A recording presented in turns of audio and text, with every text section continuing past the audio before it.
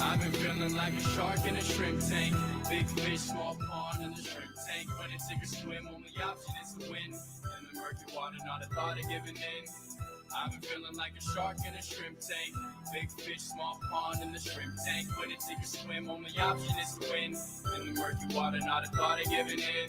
Welcome to the shrimp tank. Going to put it all together. This is big things. Doing big things. Chasing big dreams. Yeah, it's all real. This life's all that it seems. All the chicks scream. All the dudes yell.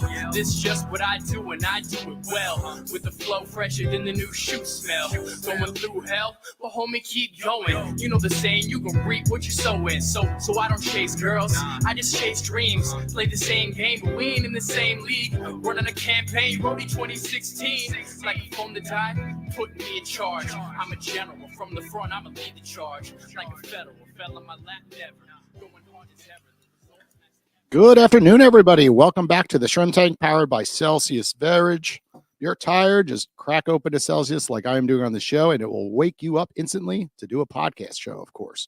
So every week we come to you with the brightest entrepreneurs from down here in South Florida, really find the do's and don'ts of running a business. And before we kick that off, I just want to share a little bit about what happened yesterday at the Owl Podcast Studio with South Florida Tech Hub. So we launched Tech Tuesdays over on the Owl app. And this is really important because if you're a podcast listener and you live down here in South Florida, you can connect with all these tech professionals every single Tuesday on the Owl app between 9 and 12 o'clock. And a lot of people in South Florida Tech Hub are jumping into it and doing it. The CEO herself, Nikki, is going to go live every single Tuesday in the future, and her team as well. So that's what's exciting going on the Owl app. What is going on at FAU, Kevin? Oh, things are always exciting. A little bit slow during the summer. There's places to park, less students around, but they'll be back before we know it. I'm just getting back from South Beach myself. Nothing exciting, unfortunately, but a little bit of excitement at the FIME Expo, right? So that's the Florida International Medical Expo, where I served as a finalist round judge for a whole bunch of med tech startups. And amongst the finalists was even Tech Runway alumni Stephen Charlap with his very interesting company Soap. So I got to see a lot of very cool innovations, from new casts that can get wet if you or your kids break a bone, to artificial limbs, and the first saliva test for real-time marijuana testing. So all sorts of interesting new technologies in the medical space. That was a good time down there. Nice. And I got to give a shout out to Daniel Wakefield. He was recently on the Shrimp Tank podcast, and I heard he had a big influencer come down from the Shrimp Tank and do some headshots. Is this true, Kevin? Yeah, I did take care of that today. So I will be updating my profile and giving him a shout out as well. We always appreciate the compliments of our past guests. I know it only took me 300 episodes for telling you need a new headshot to finally make that come true. So I'm really excited for you, Kevin. Yeah. Next, your TikTok profile will come out. Yeah. When we open the new studio, right? Then you'll go a little wild with TikTok. You'll let the students really help you out behind the scenes. Well, let's get into our guests today. You know, every week we get to interview such bright entrepreneurs from South Florida. You can catch all these episodes up on our website, shrimptankpodcast.com. You can check their bio out, of course, and then connect with them over on social media and really just ask for help. A lot of our entrepreneurs love getting messages. And when you ask generally, often they will jump on a call or a Zoom with you and really help you with your business. So today we have Mish Bush on the Shrimp Tank. She's the founder of ShineOff Cosmetics. So Mish, welcome to the Shrimp Tank. Thank you for having me. For audience listening, tell us about the brand.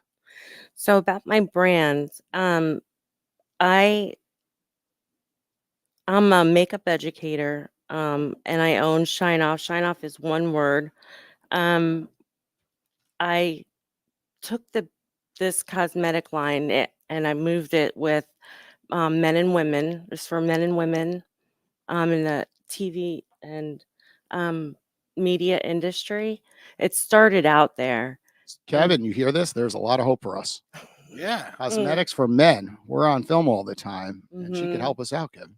Yeah. So tell us about the product line. So I created one specific product just for men that I love. and I'm just passionate about. I want to talk about. Okay. So it's a clear gel. I created it because men would say, I don't want makeup. But if you're on TV, the shine and stuff, you have to take it off. So I created the product, and it's clear and no scents, no dyes, and I love it. It's called ShineOff Mattifier. Shine off. All Mm-hmm. right. Well, I love the Daniel name. Wakefield 1 week and headshots. Next week, we're going to try the ShineOff. I like this. Yeah.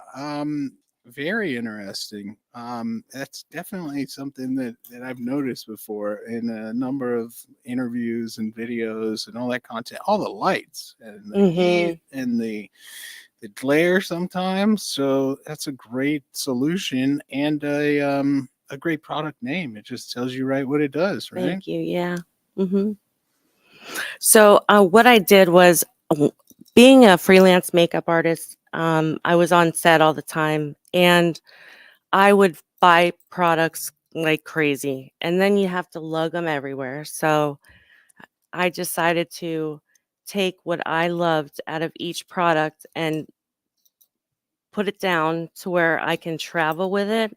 It's universal. And when I did that, all my clients started to use my product, and that's how ShineOff started to sell. That's really interesting. I'd love a kind of true entrepreneurial experimenter kind of story, right? As opposed to like a bunch of chemists and product experts and, maybe even in some cases animal testing and going through all these various things. You just kind of experimented with things that worked, mixed and modified, and created a solution on your own without all the kind of harder science that sometimes it seems unnecessary, right? Thank you for pointing that out. Yeah. That's your commercial right there. Yeah. We just cut that clip and just start running ads with it, right? And I'm proud to say that the company is doing so well that I created waterproof products now. So I'm excited about that. So where are these all sold? Online. Okay, so ShineOffCosmetics.com. So directly to the website, also on places like Amazon, for example. I wrote a book that came out this spring that's available on Amazon, but the products are not, just online. Less margins on Amazon, right? Yes. Yes. Those waterproof products, a lot of people don't know this, but those are actually going to be right up Jason's alley because Jason, although he never shares his content for some reason, he does a ton of swimsuit photo shoots at his pool and at South Florida beaches. And he doesn't like his face to be too shiny. He does put like a lot of that real shiny oil all over his body, but not the face. So those are going to be perfect. That's why I had to grow a beard, right? It was just shining too much. I'm like, maybe this will help that out a little bit. Those are great shoots, Jason. They are. They are. How many products do you offer on your website these days? 208. Oh, geez, that's a lot of SKUs. Yeah. Wow. I just walk in baby steps. Someone wanted this, I tried that, and it's just, here it is. Wow, that's a long product line. Really interesting. Yeah. So is it all cosmetics related? I didn't know there were that many cosmetics, I guess. Well, the thing is and what I find is that if a woman has a foundation that she likes, she'll keep it forever. You'll have a customer forever. So my line focuses on foundations for every skin type, every skin tone, every color. There's not a lot of people out there that offer cosmetics for people of ethnicity or Black people or brown people. So I try to cater to them as well. Yeah, it's a smart move. That's something we were just talking about in my entrepreneurship class with the undergraduate students here. So many of them seem to be having such a difficult time focusing in on their target market. And they seem to think that it should be broad and big, like, oh, this product's going to be for women between 18 and 60 of all types. And it's like, no, that's not a market segment that you can address. Instead, entrepreneurs and students alike are oftentimes better off being hyper focused and say, my customer has exactly this skin type and color. And yeah, maybe it's not, 40 million people, but it's perfect for that one profile. Well, that profile can be easier to find, easier to market to because it is specific, right? You can Right. create messaging around that profile. Whereas if you're trying to, create messaging for a woman who's 18 versus one who's 40, like shouldn't be the same messaging, right? Right. So having these really broad swaths of customers just seemingly never works. And Yeah. oftentimes you can really, really just hone in on a very specific customer segment, and like you said, if you satisfy that customer, the likelihood that they'll change is very low. Mm-hmm.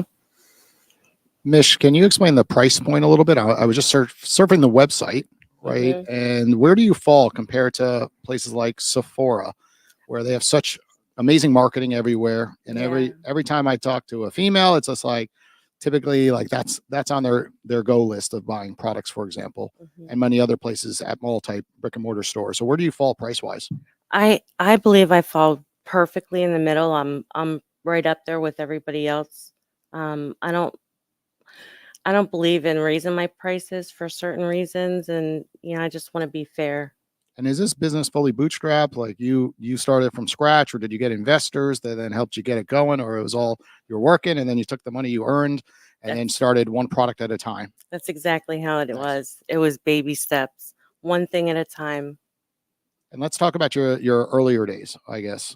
Oh, Right. Like give us the journey, right? Most people didn't, overnight become an entrepreneur with over 200 products up on their website, right? And have to deal with all the SKUs and all the logistics and the shipping, right? It started where you were making a living somewhere, right? Typically hourly salary, and then eventually you turned into an entrepreneur, and then eventually you went all in being an entrepreneur. So kind of give us the backstory. so it's I when I was 8 years old, my father gave me one of those Barbie heads. He used to paint portraits, and it pissed me off because I couldn't do it. So he said, "Why don't you try makeup as your medium?" That's when I knew I wanted to be a makeup artist.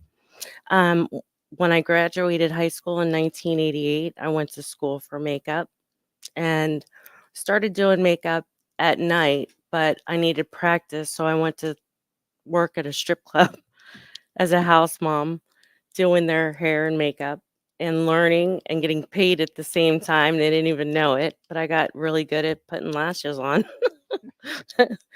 um, And there's a lot of cash that flows through those places. yeah, as So a matter of you get fact, I good tips. probably, yeah, I walked out of there with more money than the girls half the time. It was great. So, I did that. Uh, from there, I, oh God, where did I go?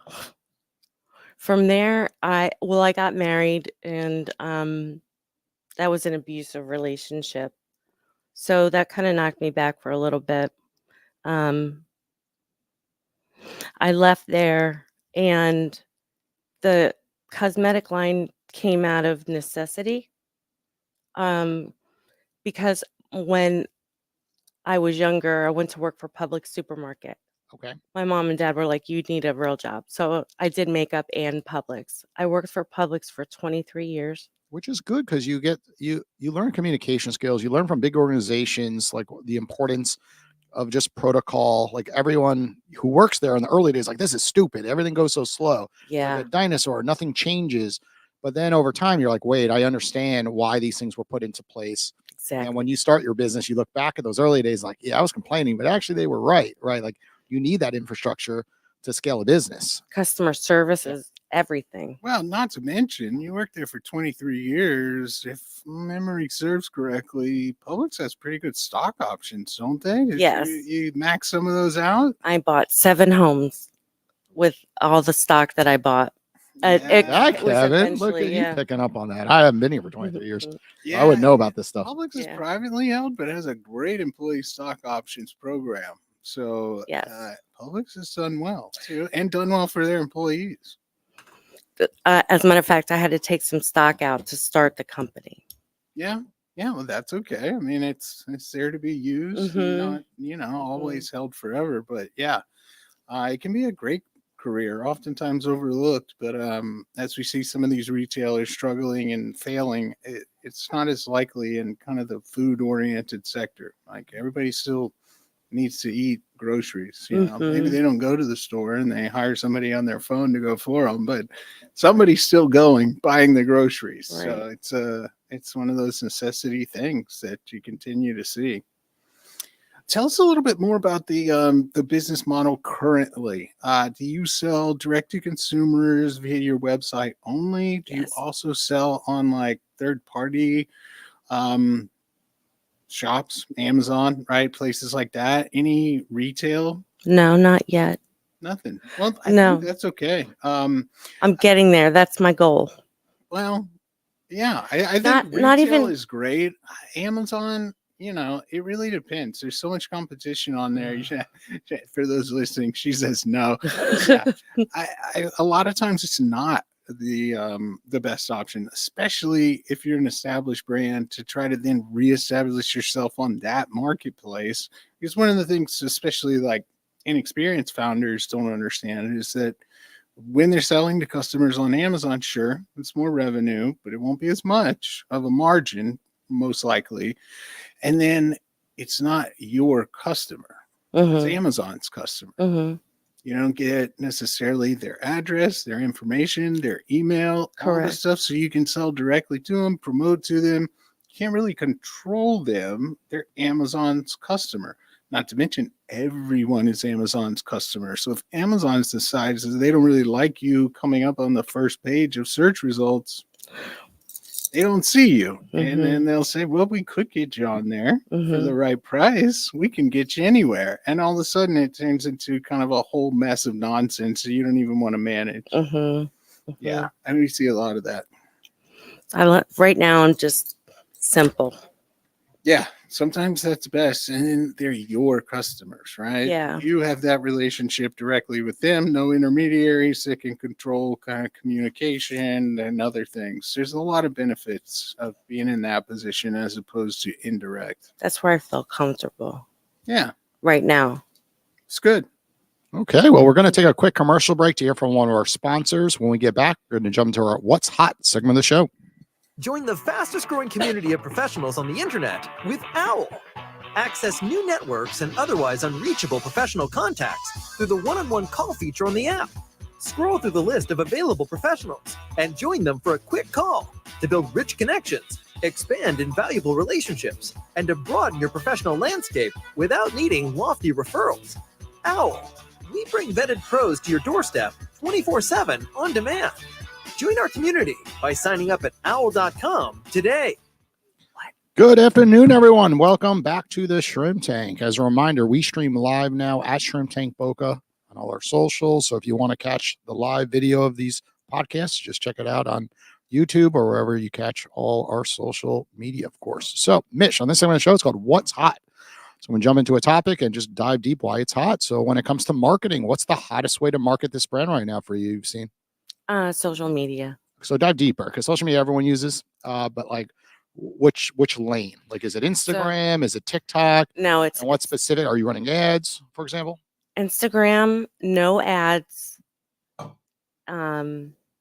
Yeah, that's the only avenue I have right now. So just Just straight up post, or is it just more straight like up DMing people? posts and Post. word of mouth.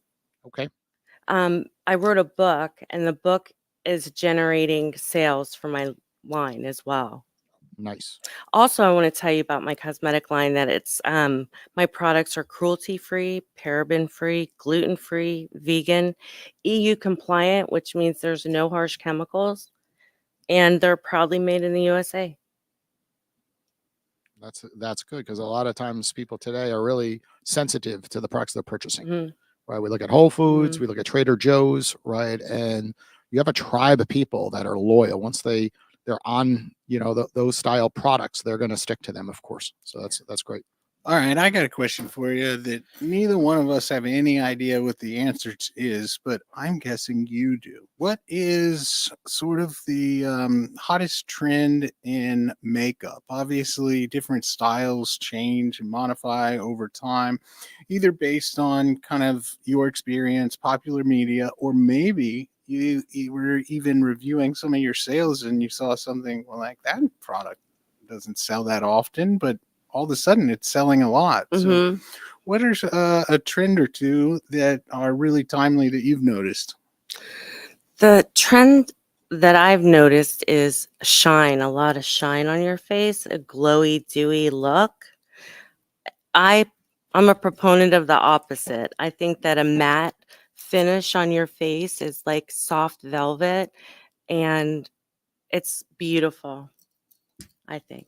Yeah, well, we don't always have to like all the trends, No. and sometimes they're just wrong. Mm-hmm. Absolutely. There's a fair amount of that in men's clothing right now. Where I go to the store and I'm Oh, like, yeah. no, it doesn't look good. Mhm. Grunge is into the grunge look. Yeah, it's not really well suited for me. Mm-mm. Now, Jason, I don't know, maybe. I have that matte look, right? Unless I go to the beach and I get a tan, then I start looking shiny. Is that right, Kevin? Yeah, No, I don't know. You always. asked me.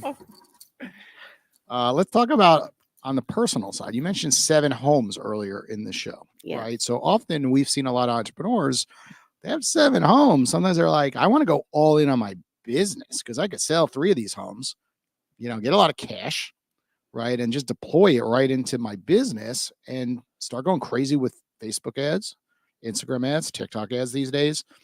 But a lot of people say, well, no, that's a cash cow, right? Yeah. I got tenants in there, right? They're paying the bills. All of a sudden there's no mortgages, and you all of a sudden have a lifestyle business. Mm-hmm. You sit back and relax, and it turns from $5,000 a month, 10 grand a month, 20 grand a month. And I've seen this often. My background is being a financial advisor behind the scenes behind Owl.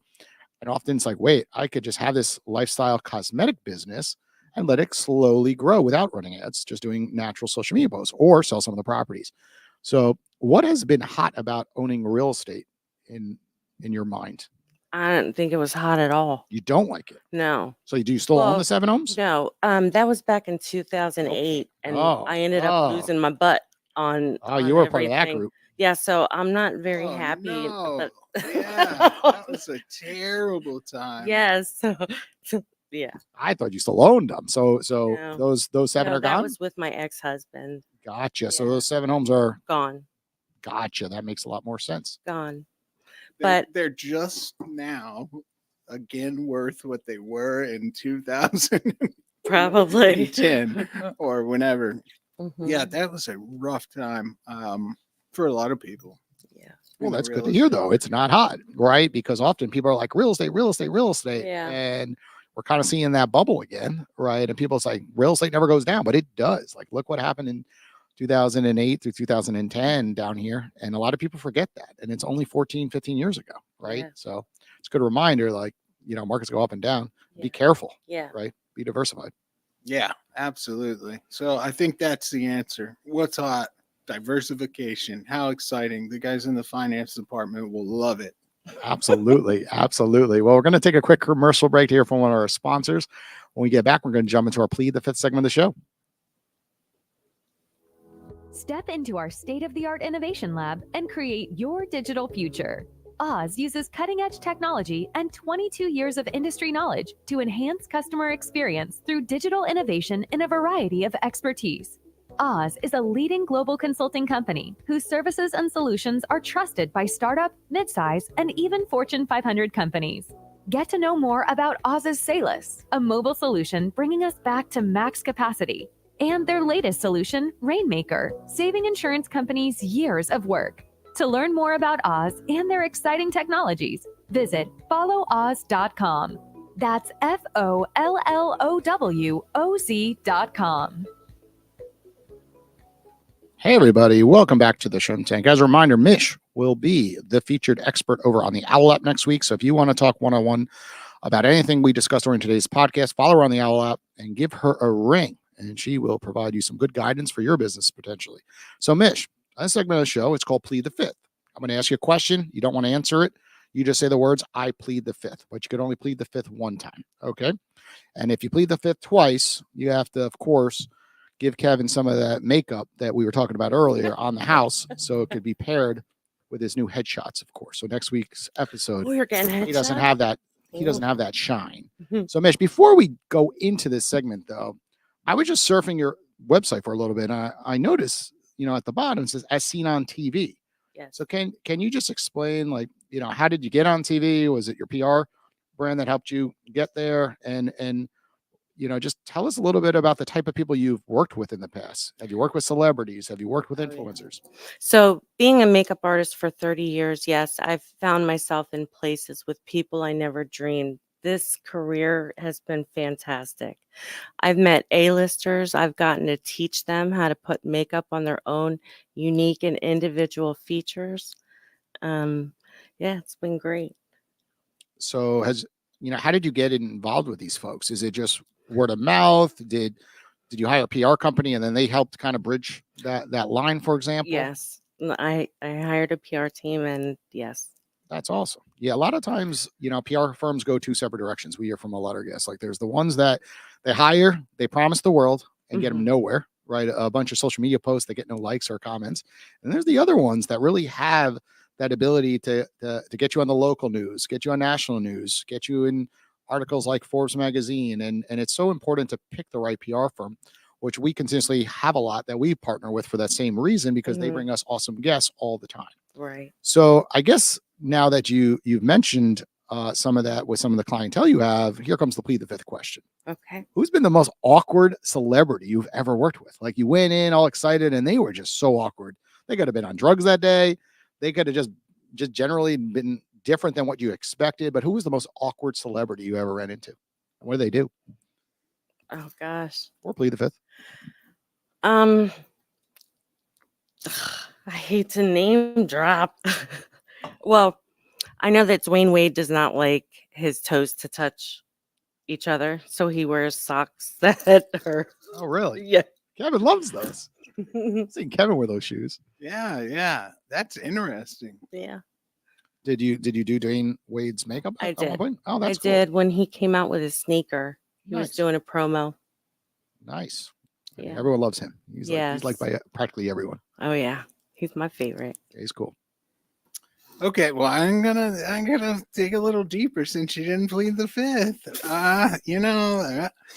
Was there a celebrity that you worked with that seemed like they had, and this would be surprising to me, but I could see it happening, that seemed like they had no idea at all how to do their own makeup? And Oh, who was that? there's a list. Really? Yes, Women and men, or mostly men? well, mostly men, but really a lot of women too, and that's why I wrote my book, A Makeup Artist in Your Pocket. Ah, interesting. Mm-hmm. That's surprising. Yeah, so I take people who are intimidated with makeup and I walk them through it gently on how to do their own face, their own unique individual features, because you can sit there and watch TikTok or YouTube all day long. Someone's sitting there putting makeup on themselves for you to see, to do, but it's not your face. Yeah, and I've seen some of those over other people's shoulders. I'm not watching these things on social media, but sometimes there's so much heavy editing and like time lapse, and they're Mhm. like, boom. And then it's like perfect, just done. It's like, how many times did that take, and how long did that take to make that 12-second video that looks like magic? Right. Yeah, there's a lot you can do with a camera Yeah. that you can't necessarily execute in real life. So that makes perfect sense to kind of read, learn, rather than being like, well, that looked easy. It's like, Mhm. yeah, I bet it did. It looked like magic because it was. Okay, tell us a customer story. That was just like, it was just too much, right? You run a company where you send them products. People are entitled today and love returning items, right? And they return until you, as the owner, say enough is enough. You're taking advantage of me. Right? They're opening the products, they're trying them probably, and they're like, I didn't like it. But you're like, yeah, you didn't like it after you used half the bottle, right? So, I run a business and I see the most ridiculous emails come over all the time. And it's just like there's so much entitlement today where the customer's always right, type of mentality, because they put $1 into a brand, Mhm. or sometimes they didn't even put any money in, right? They just like have expectations, like, send me some samples. And you're like, that's not how this works. You have to buy it and then you Right. get it. Right. Right. So tell us a customer story where it was just out of control, like ridiculous. Well, it didn't have to do with the products. Okay. And I don't want to say her name, but I walked into her home and she told me to stop right there. And I stopped and she said, now sit. over here. And she was just so demanding the whole time. The whole time she made me crazy.